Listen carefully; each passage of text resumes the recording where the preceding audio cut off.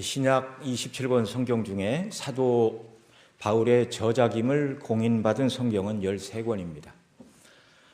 그런데 이 개혁주의 성경학자들은 히브리서도 사도 바울의 저작일 것이라고 그렇게 보고 있는데, 그렇다면 신약 27권 중에 권수로는 절반 이상에 해당하는 14권이 사도 바울이 기록한 성경이 되겠죠. 그런데 그 많은 신약 사도가 저술한 서신서 가운데 오늘 우리가 살펴보고 있는 이 데살로니가 전서는 그 어떤 서신서보다 데살로니가 교회 성도들을 향한 사도 바울의 염려의 마음이 아주 절절하게 기록이 되어 있습니다. 그들이 믿음으로 견고히 서기를 바라는 사도의 안타까운 마음, 그리고 따뜻한 감정이 고스란히 표현되어 있고, 그들의 안위를 걱정하는 사도의 심령이 뒷부분 우리가 더 살펴보겠지만 아비와 같은 심령으로, 또 젖을 먹이는 유모와 같은 심령으로 여러분들에게 말씀을 증거했다, 그렇게 말을 하고 있죠. 그러니까 이 바울 사도가 데살로니가 성도들에게 정말 이 편지를 쓰면서 얼마나 그 마음을 쏟고 또 그들을 그리스도 안에서 위로하고 있는지 모릅니다. 물론 이 교회만 사도가 그렇게 마음을 쏟고 심정적으로 그들을 염려했다, 그건 아니죠. 다른 모든 교회와 성도들을 대할 때의 마음 자세도 같았을 것입니다. 그런데 그런 표현이 이 서신에서 녹아나고 있는데요. 왜 그런 표현들을 여기에서 사도가 다른 서신에서는 없는 그런 표현들을 사용하고 있는가? 이것은 당시 이 데살로니가 교회가 처해졌던 상황과 무관치 않은 일이었습니다. 자, 사도가 데살로니가에서 새 안식일밖에 머물지 못했다고 말씀을 드렸는데요. 사도행전 17장에 보면 이 데살로니가에서 복음을 증거할 때의 내용이 기록되고 있습니다. 새 안식일 동안 성경을 가지고 그리스도가 해를 받고 죽은 자 가운데서 살아나야 될 것을 증명하고, 성경이 말하고 있는 이 메시아가 바로 예수 그리스도다. 십자가에 못 박혀 유대인들이 죽였지만 그분은 부활하셨고 승천하셨고 다시 오실 주님이다. 이 증거를 하자 두 가지 반응이 나타났죠. 첫째는 이 복음을 듣고 경건한 헬라의 큰 무리와 적지 않은 귀부인들이 사도가 증거하는 복음의 말씀을 듣고 권함을 받아 성도가 되었습니다. 그런데 또 다른 반응이 나타납니다. 그것은 무엇이죠? 복음에 대한 반대입니다. 유대인들은 예수 그리스도가 구약에 약속하고 있는 메시아가 바로 예수 그리스도다, 이렇게 사도가 성경을 풀어 증거하자 마음의 시기가 일어났습니다. 그래서 저자의, 이 저자는 시장을 말하는데요, 시장에 있는 어떤 괴악한 사람들, 오늘날 얘기하면 비류, 불량배, 이런 사람들을 데리고 때를 지어 성을 소동케 하고 난리를 일으켰습니다. 그리고 사도 바울을 그 집에 들였던 야손이라는 사람의 집에 달려들어가 사도와 그 일행을 이렇게 백성 가운데 끌어내려고 찾았는데, 야손의 집에서 사도 바울을 발견하지 못하자 그 야손을 읍장에게 끌고 가서 고소를 합니다. 이 사람이 천하를 엎질러엎게 하던 바울 일행을 들여 이 데살로니가 조용한 곳에 난리를 일으키고 있다. 그러면서 그 고발 내용이 무엇입니까? 가이사의 명을 거역하여 말하되 다른 임금 곧 예수라 하는 이가 있다 하더이다. 이 수많은 사람들이 소란을 일으키니까 읍장이 이 말을 듣고 야손과 그 나머지 사람에게 보를 받고 놓아주었습니다. 보석금을 받았다, 그 말이죠. 그래서 이 야손과 함께 잡혀갔던 사람들이 보석금을 주고 풀려난 후에, 그러니까 그 보석금은 그런 거겠죠. 다시는 이런 난리를 일으키지 않겠다, 그렇게 하고 이제 보석금을 주고 풀려난 그 밤 바로 형제들이 바울과 실라를 한밤에 베레아로 이렇게 보내는 그런 일이 있었죠. 새 안식일밖에 복음을 전하지 못했는데 복음을 듣고 예수님 믿는 성도들이 나타난 반면 유대인들은 폭동을 일으키고, 그리고 복음을 전하는 선교사인 사도 바울을 체포하고자 하였고, 또 체포하지 못하자 법정에 고소를 하고 있는 그런 모습입니다. 결국 당시 형국이 사도 바울이 어찌할 수 없었고, 야손을 비롯한 데살로니가 교회에 세 일에밖에 복음을 들었지 않았으니까 그 사이에 무슨 어떤 대단한 무슨 회의를 해서 지도자를 뽑거나 할 그럴 만한 시간도 없는 형국이었습니다. 그런데 어쨌든 중점이 되었던 이 야손을 비롯한 사람들이 깊은 야밤에 사도 바울을 데살로니가에서 베레아로 옮겼지요. 이것은 이제 좋게 표현해서 그랬고, 나쁘게 말하면 사도 바울이 핍박을 당하자 야밤에 데살로니가를 떠나간 것입니다. 바울을 공격하는 자들이 나타났습니다. 그래서 바울이 어느 날 아무런 설명도 없이 한밤에 도망치듯이 이곳을 빠져나가더니 다시 찾아오지도 않는구나. 그러니까 2장, 3장에 기록된 내용은 그렇게 바울을 공격하는 사람들의 공격하는 말들로 성도 여러분이 흔들리지 말라고 그것을 이제 변호하는 내용이 이제 2장, 3장 내용들입니다. 자, 이런 말로 미루어 보건대 바울이 데살로니가에 온 것은, 그러니까 어려움이 있다고 야밤에 떠나갔고 그 다음에 다시 오지 않는 이것으로 미루어 보건대 사도 바울이 우리에게 와서 복음을 증거하고 좋은 얘기는 다 했지만 사실은 사도 바울이 이곳에 온 것은 복음을 증거하고 대단한 그런 목적이 아니라 당시 거짓 선생들이 돈과 명예와 권력을 탐하는 자들이 있었는데요. 그런 엉터리 교사들과 사도 바울이 다를 바가 무엇이냐, 이렇게 사도 바울의 사도됨을 공격하는 그런 사람들이 데살로니가 교회에 나타나게 되었다는 말입니다.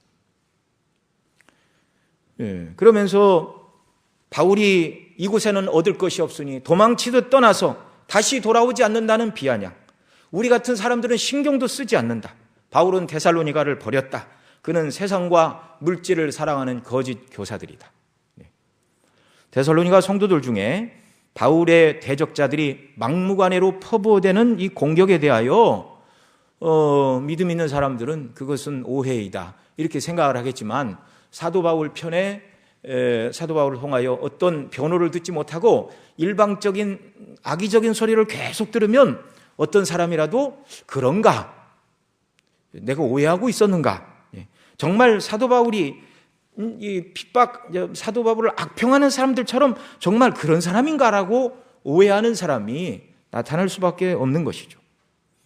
여러분, 이건 마치 예수님이 당하신 공격과 일반이었습니다. 예수님이 당시 유대인들, 특별히 바리새인 서기관들과 성경 해석이 다르다는 이유로 당시 사람들은 그들이 틀렸죠. 주님이 맞고. 그래서 예수님을 뭐라고 공격을 했죠?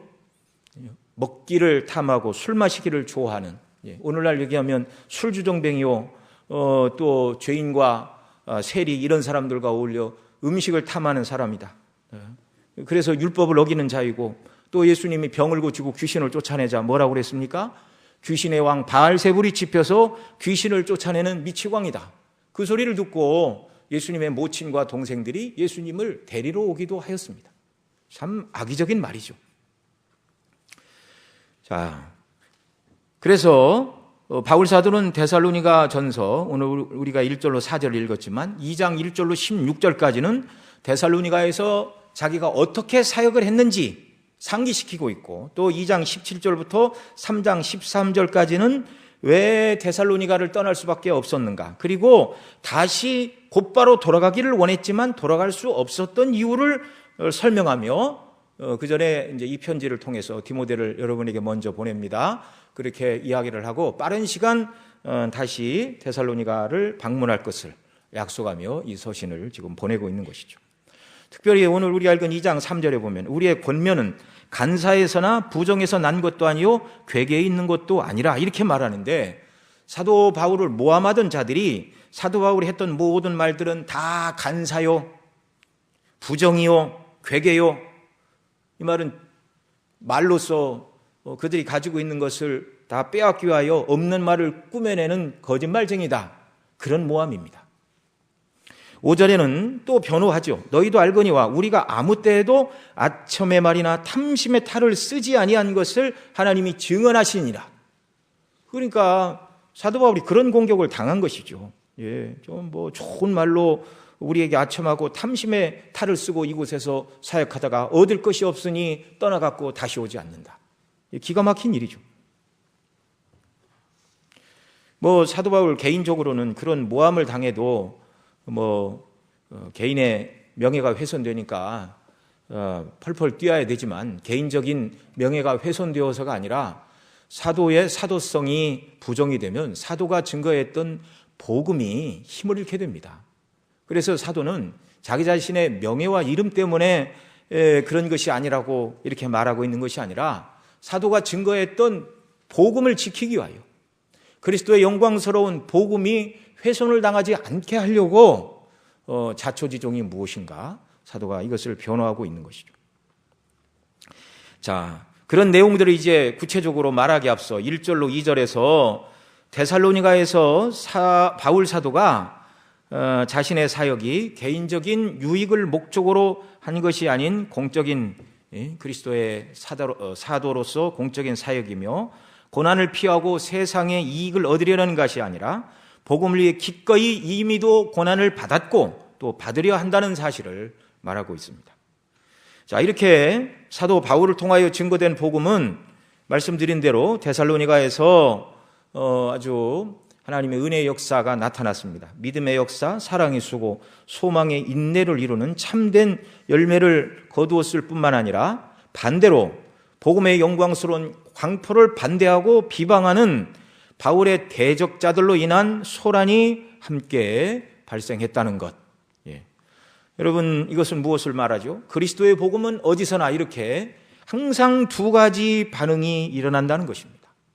첫째는 그 복음을 듣고 택한 백성들 가운데 성령이 역사하실 때 그 복음을 듣고 구원받은 자들 가운데 나타나는 열렬한 환호와 기쁨과 복음에 대한 감격입니다. 또 하나는 믿지 않는 자들 가운데 나타나는 복음에 대한 철저한 배척. 항상 복음은 이 두 가지 반응을 일으켜 왔습니다. 이 복음의 시작 때부터 마찬가지였죠.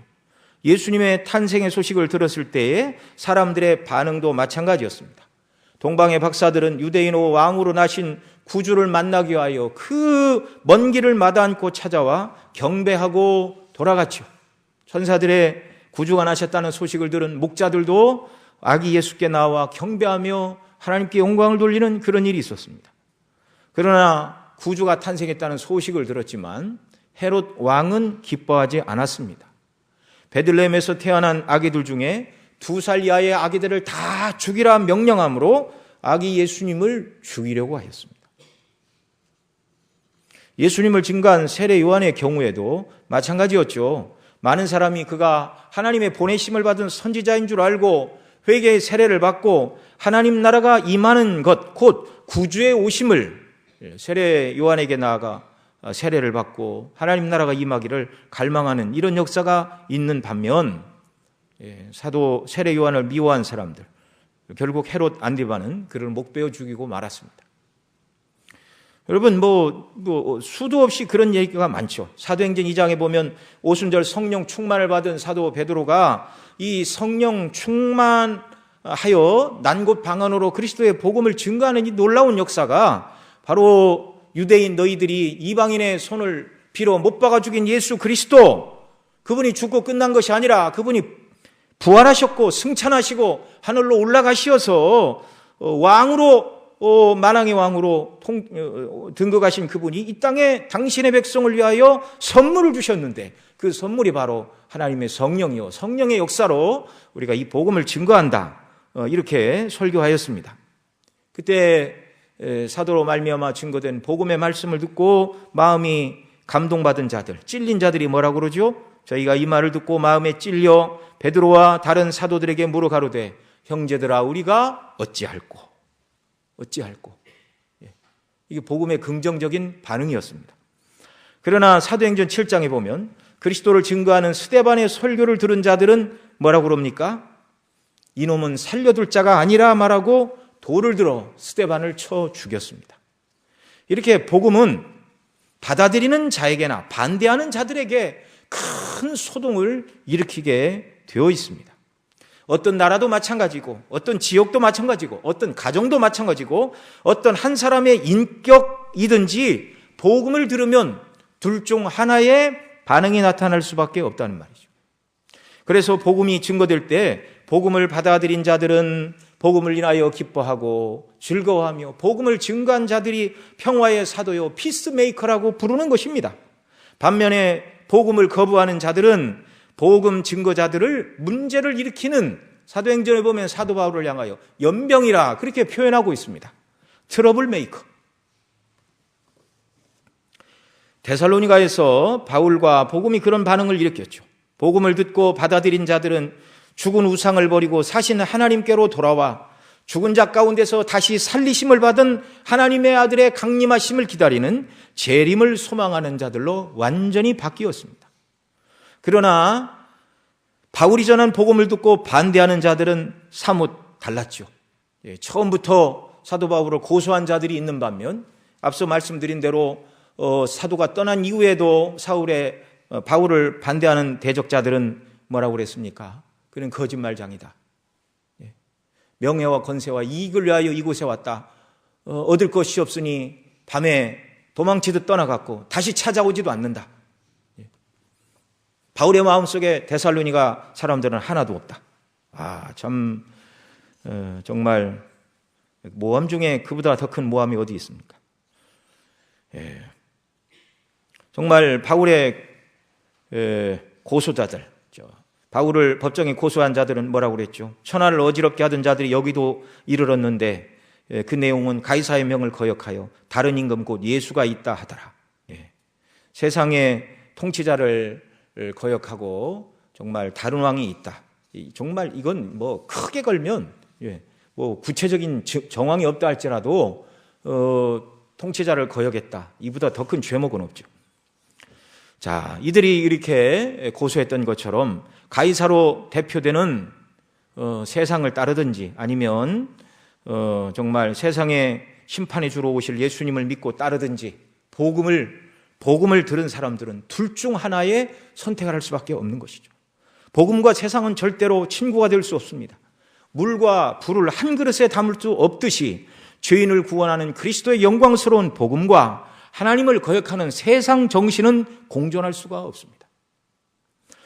저와 여러분은 이미 복음을 듣고 복음의 영광에 사로잡힌 자들이며 복음을 따라 살기로 결심한 주님의 자녀들인 줄로 믿습니다. 아직 이런 단계에 이르지 못했다면 이런 은혜를 달라고 간절히 소원하며 기도하는 은혜가 우리에게 있기를 바랍니다. 자, 구원받아 하나님의 자녀가 되었다고 스스로 저와 여러분이 입으로 고백한다면 우리의 심령 속에는 날마다 이 복음의 말씀을 다시 듣고 예배 시간마다 듣고 또 들을 때 우리의 심령에 어떤 반응이 일어나고 있느냐, 이걸 묻고 싶습니다. 때로 어떤 사람들은 나는 예수님 믿고 구원받았지만 꼭 성경대로 살아야 되는가? 예수님 믿기는 하지만 하나님 뜻대로 살라고 하는 설교가 내 현실엔 잘 와닿지 않고 이 어려운 형편과 상황의 문제가 해결되어야 예수님도 좀 믿지요. 꼭 성경대로만 그렇게 믿어야 되는가? 만일 하나님의 말씀을 들으면서 그런 생각이 우리 머리를 스쳐간다면 이건 복음에 합당한 반응이 아니라는 것입니다. 만일 구원받은 성도의 심령 속에 복음의 말씀을 다시금 들을 때 이런 반응이 나온다면 여러분, 복음을 배척하던 자들에게 나타났던 반응과 무엇이 다르다고 말할 수 있겠습니까? 만일 복음의 말씀을 다시 들었는데 감동이 없고 마음이 뜨거워지지 않고 다 아는 말씀, 뭔가 새로운 것이 없는가, 이런 생각만 든다면 정말 기도해야 하는 것이죠. 조나단 에드워드 목사님은 성령께서 역사하신 심령은 복음의 말씀을 통해 하나님의 영광, 그리스도의 아름다우심을 볼 수 있는 영적인 감각을 당신의 백성들에게 주셨다, 이렇게 말하였습니다. 그래서 영적인 눈을 열어 하나님 아버지와 그리스도 안에 있는 거룩한 아름다움과 우아함을 볼 수 있는 영적인 시각을 열어주셨다. 또 하나님 아버지와 우리 주 예수 그리스도께서 가지고 계신 그 신적인 아름다움을 맛볼 수 있는 영적 미각을 주셨다, 이렇게 가르치고 있습니다. 이것이 진정으로 거듭난 자들 가운데 주신 성령의 선물이고 구원의 확신입니다. 이런 영적인 시각과 미각을 가진 사람들은요, 우리가 매일 먹는 음식을 타박하며 먹는 사람 없죠. 이 미각이 있는 사람은 그 똑같은 밥을 먹어도 매일같이 맛이 있습니다. 매일같이 그 음식을 인하여 기뻐하고 그 음식을 먹고 힘을 얻어서 생활을 하듯이 저와 여러분 모두는 그리스도의 복음을 들을 때마다 감격과 기쁨이 넘쳐야 정말 하나님 주신 은혜의 백성의 심령에 마땅한 처사라는 것입니다. 복음을 들을 때마다 어찌 나 같은 죄인을 구원하여 주셨는가? 어찌 주님이 하늘 영광을 버리시고 이 땅에 오셨는가? 어찌 하나님의 아들이 내 죄값을 치르기 위해 나를 대신하여 내 죄를 짊어지시고 십자가에서 죽으셔야 했는가? 복음을 들을 때마다 저와 여러분의 심령 속에는 감사와 감격이 넘쳐나야 하는 줄로 믿습니다. 물론 우리가 때로 연약하고 시험이 들고 또 육신이 연약하고 그럴 때는 그런 은혜가 충만하지 못할 때가 있죠. 그럴 때 우리가 더 은혜를 사모해야 됩니다. 하나님 아버지께서 성령님을 통하여 저와 여러분의 심령 속에 환경과 형편을 뛰어넘는 주님의 구원의 영광을 기뻐하고 즐거워하는 그런 은혜를 한량없이 부어주시기를 소원합니다. 이 일을 위해서 우리가 더욱 기도해야 되고요. 이런 은혜를 사모함으로 말씀 읽고 또 정말 예배를 귀하게 여기고 좋은 책들을 읽고 은혜를 사모하는 그런 몸부림의 역사가 우리에게 있기를 바랍니다. 자, 데살로니가에서 복음을 방해하는 세력들이 있었음에도 불구하고 그래서 새 안식일밖에 복음을 전하지 못하였지만 사도가 전한 복음 전파의 사역은 헛되지 않았습니다. 오늘 본문 1절 말씀 우리 다시 한번 같이 읽습니다. 형제들아 우리가 너희 가운데 들어감이 헛되지 않은 줄을 너희가 친히 아나니 이렇게 말씀하고 있는데요. 여기 헛되지 않았다는 말에 헛되다는 헛되다 이 헬라어로는 헛되다는 말이 목적이 없는 것이 아닌 무목적의 뭐 이렇게 이런 말 방문의 이유와 목적이 없지 않다. 그래서 형제들아 우리가 너희 가운데 들어감이 헛되지 않은 줄 너희가 친히 아나니 그 말이 이제 아무런 목적을 가지고 목적도 없이 여러분에게 들어간 것이 아닌 것을 여러분이 압니다. 이제 그런 표현입니다. 비록 빌립보에서 박해를 받아 처음 2차 전도 여행을 떠날 때는 데살로니가를 가겠다 그런 방문 계획은 없이 두 번째 전도 여행을 떠났죠. 그러나 빌립보를 떠나 다른 곳으로 가야 하는 형편에서 하나님의 인도하심을 받아 데살로니가로 가야 하겠다라고 결심했을 그때에 분명한 단 하나의 이유와 목적이 사도의 심령 속에 있었다는 것입니다. 그게 무엇이죠? 데살로니가에 가서 이 2절에서 나오지만 빌립보에서 매를 맞았잖아요. 고난과 능욕을 당했잖아요. 그래서 데살로니가에 가서 경치 좋은 강가에 집을 짓고 좀 심신을 치료해야 되겠다. 여행을 해야 되겠다. 맛있는 음식을 먹고 기력을 보충해야 되겠다. 그런 목적이 아니었습니다. 빌립보에서 매를 맞고 떠나와 이제 데살로니가로 들어가고 있는 사도 바울의 단 하나의 그곳을 찾아가는 이유와 목적, 그것은 무엇인가? 그리스도의 복음 증거였습니다. 세상은 사도를 핍박하여 복음을 전하지 못하게 하였지만 사도는 쫓겨가는 입장에서도 어디를 방문하고 어디를 찾아가든지 그곳에 발걸음을 옮기는 이유와 목적은 하나였습니다. 이방인에게 복음을 증거하는 것, 나를 구원하신 그리스도의 영광스러운 복음을 저 땅, 저 도시 누군지는 모르지만 그곳에 살고 있는 하나님의 택한 백성들에게 복음을 증거하겠다. 사도와 같이 저와 여러분이 이 복음의 영광과 은혜에 붙들려 있다면 어디를 가든지 저와 여러분을 통하여 그리스도의 복음의 영광과 또 그리스도께서 저와 여러분에게 베풀어 주신 놀라운 대속의 사랑이 우리를 통하여 다른 사람들에게도 나타나고 증거되는 줄로 믿습니다. 복음은 초대교회의 이유, 이런 방식을 통하여 지금껏 계속 증거되고 우리에게 이른 것이고 또 이 방식을 통해서 주님 오실 때까지 복음이 계속적으로 증거될 것입니다. 앞서 복음의 은혜와 영광으로 충만하여 하나님의 말씀을 들을 때마다 기뻐하며 감격해야 한다고 말씀을 드렸는데, 정말 은혜 받은 성도들은 여기서 한 걸음 더 나아가 복음을 멸시하고 할 수만 있으면 복음을 반대하고 말살하려는 이 세상의 정신, 이 세상의 주관자들, 그들 앞에서 사도와 같이 어디를 가든지 복음의 증거자와 복음의 변호자들로 하나님 앞에 서는 귀한 역사가 우리에게 있기를 바랍니다. 영적인 전쟁이 우리 앞에 있다는 말이죠. 믿은 지 오래되었는데 어느 때까지 어린아이의 신앙에서 정말 나 혼자 신앙도 간수하지 못하고 다른 사람을 이렇게 늘 시험에 빠뜨리는 그런 사람이 아니라 복음의 영광으로 충만하고 우리가 가진 복음의 영광과 그 은혜 때문에 어디를 가든지 세상은 우리로 하여금 복음대로 사는 것을 멸시하고 복음을 말하면 얘기하지 마라 그렇게 하지만, 결국 그런 세상에서 저와 여러분은 우리 입술로 그리스도를 증거하고 우리의 삶을 통하여 그리스도의 사랑과 은혜를 나타내는 자들로 세상 가운데서 부르심을 받았다는 사실입니다. 자, 우리 2절 말씀 또 같이 읽습니다.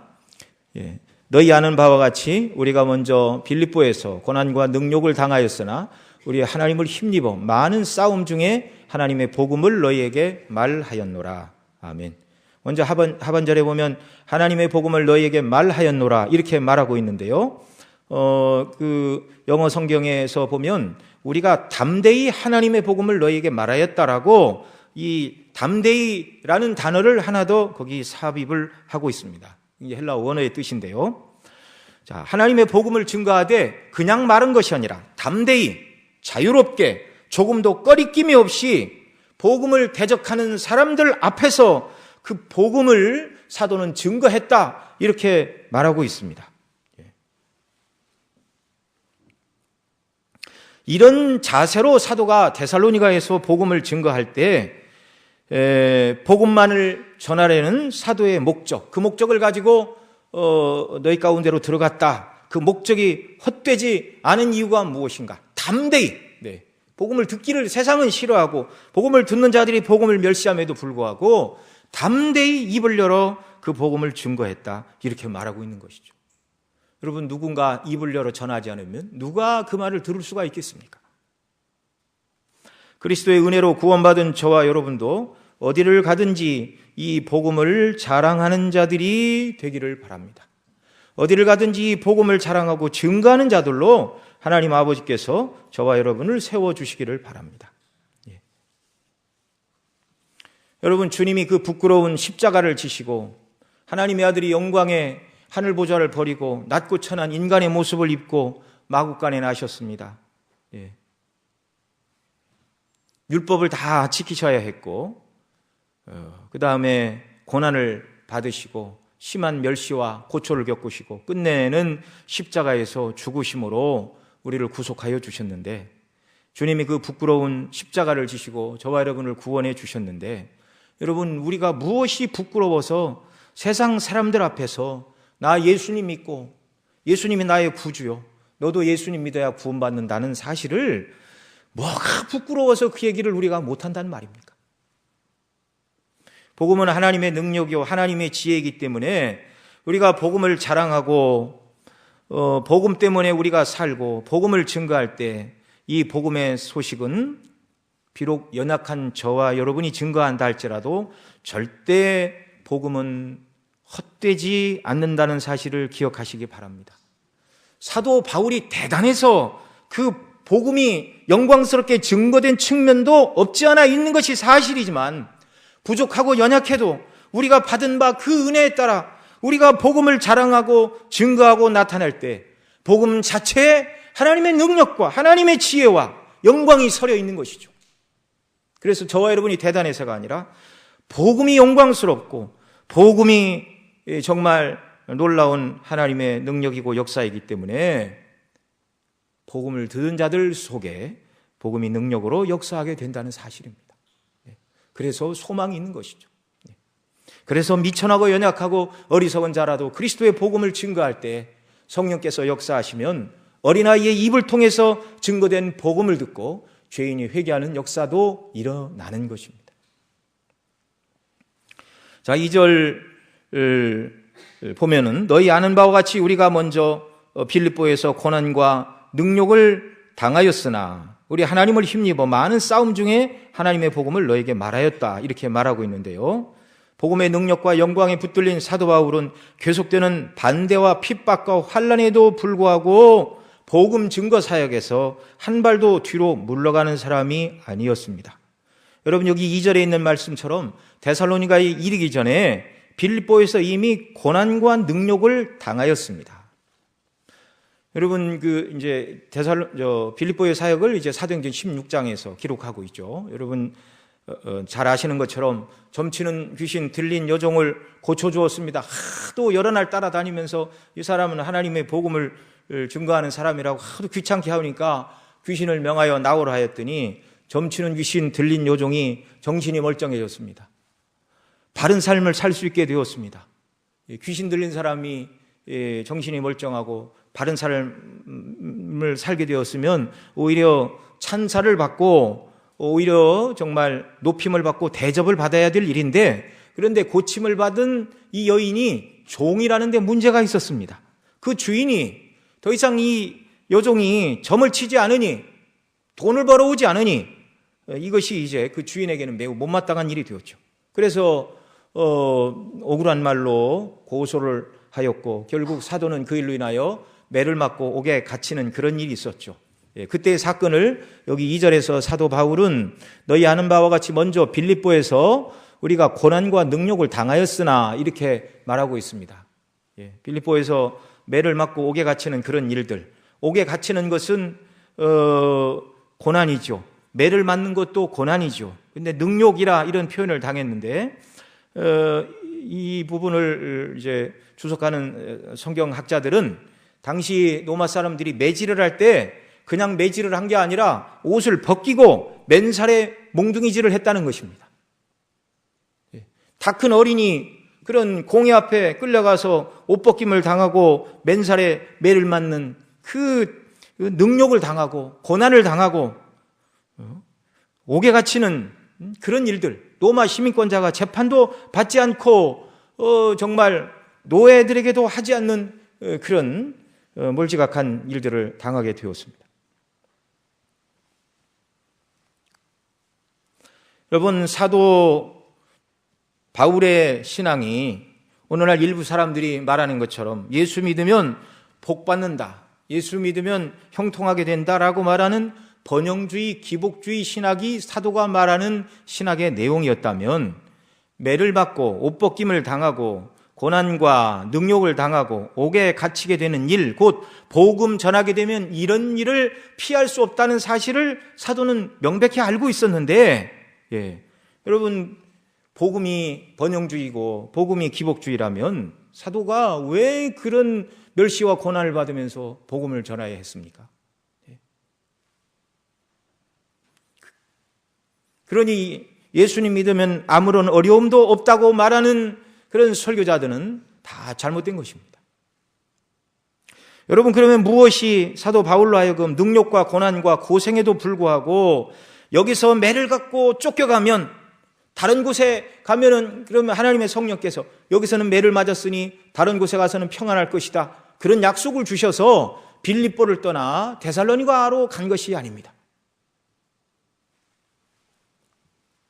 여기서 매를 맞고 다른 곳으로 쫓겨갈 때도 역시 오직 하나의 목적, 가서 요양을 하고 좋은 음식을 먹고 심신을 치료하겠다는 목적이 아니라 어느 도시, 어느 마을을 방문하든지 곧 그리스도의 은혜의 복음을 증거하는 것만이 사도 바울의 목적이었는데, 그런 목적을 가지고 또 다른 도시로 어떻게 바로 매를 맞은 사람이 털고 일어나 다시 들어갈 수 있었는가?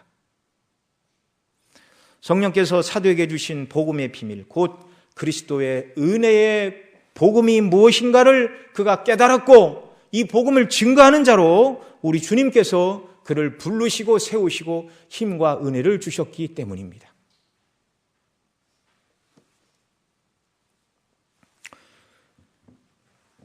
여기 계신 여러분 모두가 다 사도와 같이 부르심을 받은 사람은 아니죠. 저도 마찬가지입니다.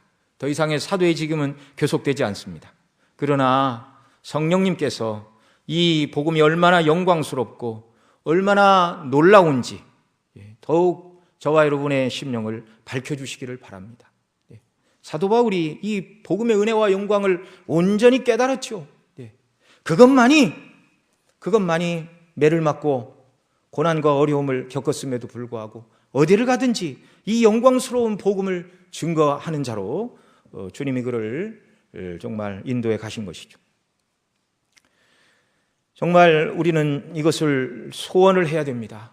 이 땅에서 예수님 믿고 정말 아무런 어려움도 없이 정말 평안히 사는 거 참 모든 사람이 꿈꾸고 소망할 일이죠. 그러나 그것만이 하나님께서 우리를 향한 뜻은 아니죠. 예수님 잘 믿고 어떤 어려움도 없이 물질적으로도 평안하고 또 직장이나 회사도 평안하고 자녀들도 잘 자라나고 그저 하나님 앞에 감사하고 찬송할 것밖에 없습니다. 이 수준에서 평안을 간구하는 수준에서 우리가 머물러서는 안 되고요. 이 복음에 얼마나 놀랍고 우리가 얼마나 복음에 빚진 자요.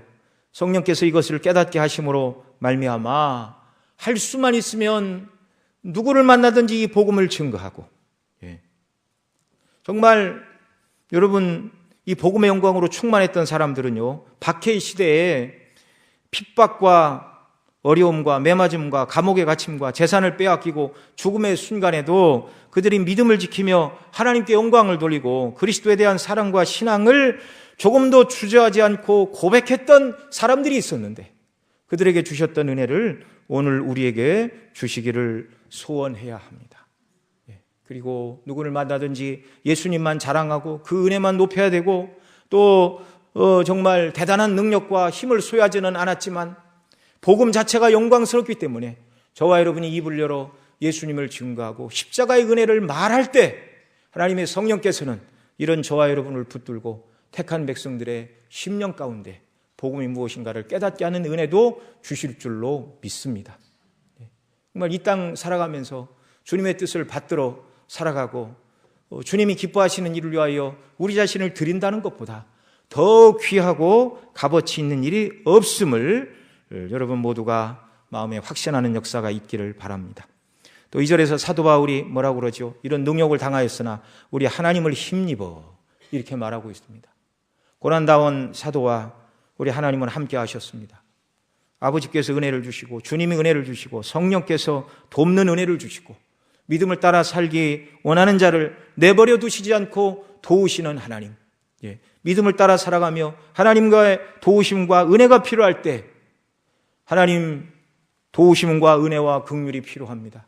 제 자신과 힘과 능력만으로는 되지 않사오니 긍휼히 여겨주시고 은혜를 주시고 힘을 주시고 도움의 손길을 주시고 정말 모든 것을 이겨낼 수 있는 능력을 달라고 간구할 때 우리 기도를 들으시고 또한 은혜를 주시는 줄로 믿습니다. 기도하시겠습니다. 사랑하시는 아버지 하나님, 사도에게 주신 구원과 우리에게 주신 구원이 다르지 않은 똑같은 구원의 은혜를 베풀어 주셨습니다. 아버지 하나님, 이 은혜가 얼마나 놀랍고 귀한 것인가 우리로 하여금 더 깨달아 알도록 성령 하나님, 하나님의 진리의 말씀을 우리에게 밝히 비추어 주시기를 원합니다.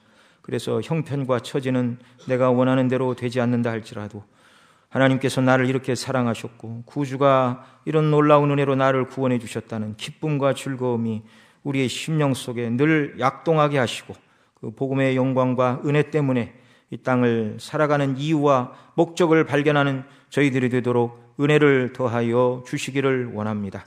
세상은 우리를 향하여 평안이 최고이고 물질이 최고이고 안정이 최고이고 세상을 누리고 이렇게 살아가라 말하지만 아버지 하나님, 그리스도 없이 그 모든 것들이 무슨 의미가 있겠습니까?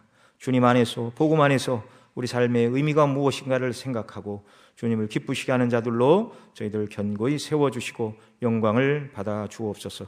이 모든 말씀 우리 구주 예수님의 이름으로 기도드리옵나이다. 아멘.